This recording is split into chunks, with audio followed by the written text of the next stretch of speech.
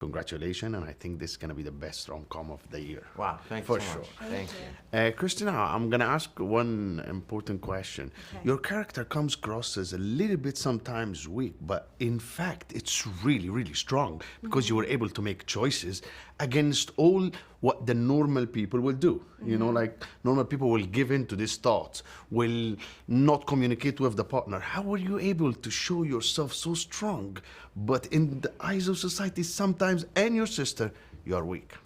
I think a lot of that was based on Erin's experience because Erin Foster, our creator, wrote this sort of about her life. So I had her personality somewhat to base this on. And Erin is a very strong-willed person and a very confident person, but she also wrote this character with pretty intense vulnerabilities and existential questions about life. And to me personally, that was the challenge, but also the joy in playing her. There's nothing more interesting to me than when there's a paradox within a person, and that you have to choose specific moments to let each part of yourself out. It creates a very dynamic, very well-rounded character. Because you could have easily listened to your sister and buy into her stuff and start fighting with him.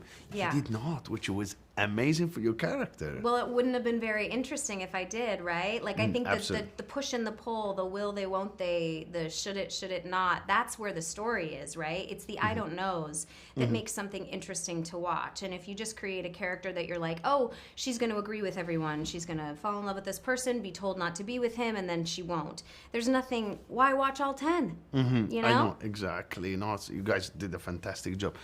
I'm sure you changed the idea of a rabbi or a man of religion for all ladies now. Because of you, I think they will give men a chance, even though These they're poor rabbis. rabbis. No, it's fantastic. Me, I loved it. I thought you guys were super cute together. And how were you able to not, because religion is always a subject that makes people, so how were you able to deliver this with keeping all the value of the religion and rabbi and the community in general?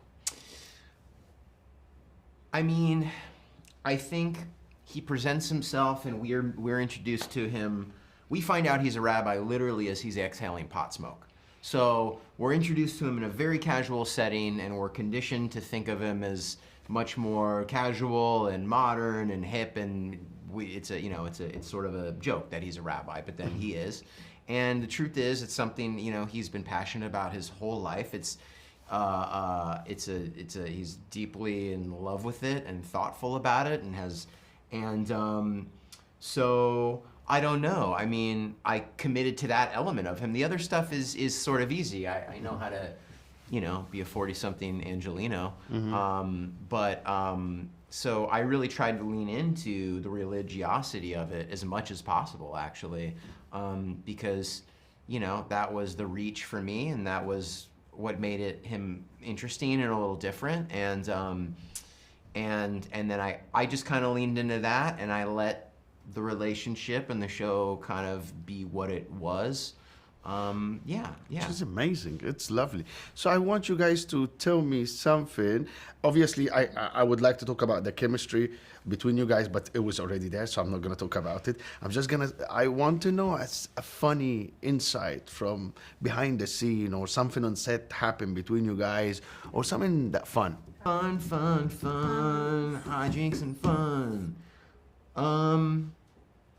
I don't know. I mean, I think we just had such a fun partnership. I remember I'd come over to you in the makeup chair every morning and be like, okay, so these are the scenes. What do we think? Right. How do you want to attack this? It was very playful and collaborative the whole time. I will tell you, the funnest thing for me was to realize how much Adam put his hands on my face when we were kissing, and it was like, I was like, okay, I know Adam can look longingly into someone's eyes. I can do that too. We extend it for this amount of time. That's the mathematical equation that makes anticipation possible. The audience is gonna like it.